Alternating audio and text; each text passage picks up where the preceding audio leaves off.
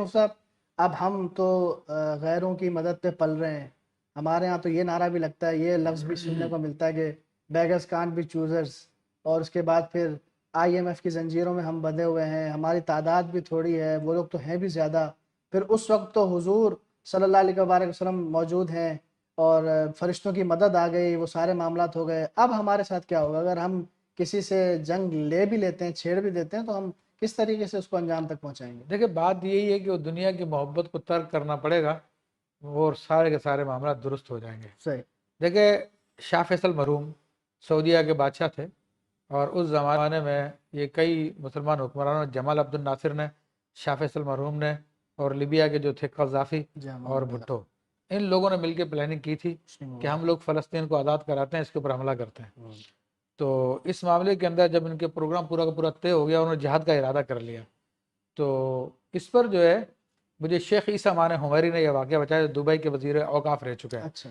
تو کہتے ہیں کہ جمال عبد الناصر جو ہے وہ شاہ فیصل کے پاس آیا, تو اس نے آ کے یہ بات کہی کہ بھائی کہ یہ جہاد کی آپ بات کر رہے ہو, پھر اس کا انجام کیا ہوگا؟ انہوں نے کہا ٹھیک ہے بھائی, جو کچھ ہے ہم نے ارادہ کر لیا.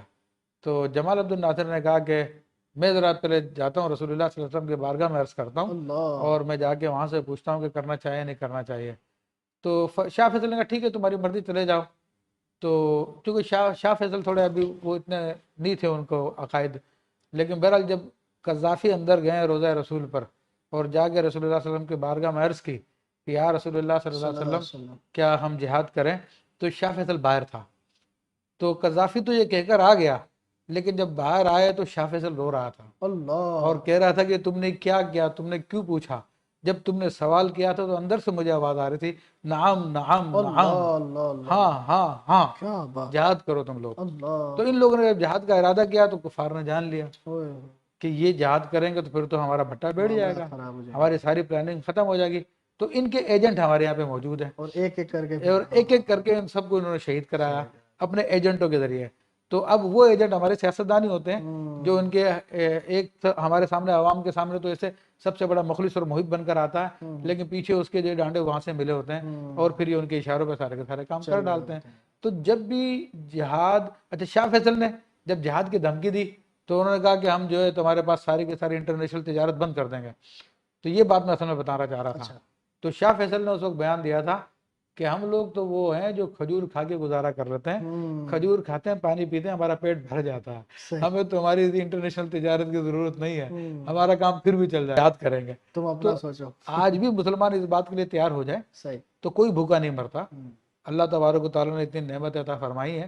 ہاں یہ جو ہمارے جو پیسے والا طبقے کا جو معاملات ہے, جو ساری کی ساری چیز جو پانی کی بوتل بھی باہر سے منگا کر پیتے ہیں, ان لوگوں کا مسئلہ ہے کہ ان کو پرابلم ہوتا ہے, لیکن پرابلم حقیقی پرابلم وہ بھی نہیں ہے. صحیح بات ہے. اللہ تعالیٰ ہم سب کو عقل عطا فرمائے, اور اس عظیم فریضے کی محبت ہمارے سب جہاد کی محبت کے حوالے سے بھی حدیث شریف ملتی ہیں. دیکھیں حدیث شریف میں اتنی حدیث ملتی ہیں اس حوالے سے, یہاں تک کہ فرمایا کہ جس نے نہ تو جہاد کیا ولم یتحدث بنفسہ, اور نہ ہی اپنے دل میں کبھی اس کا ارادہ کیا کہ میں جہاد کروں گا, تو وہ منافقت کی موت مرا. استغفر اللہ. یہ اس قسم کی روایتیں ملتی ہیں. محبت جہاد جو ہے ایمان کی علامت, ایمان کی علامت ہے, اللہ.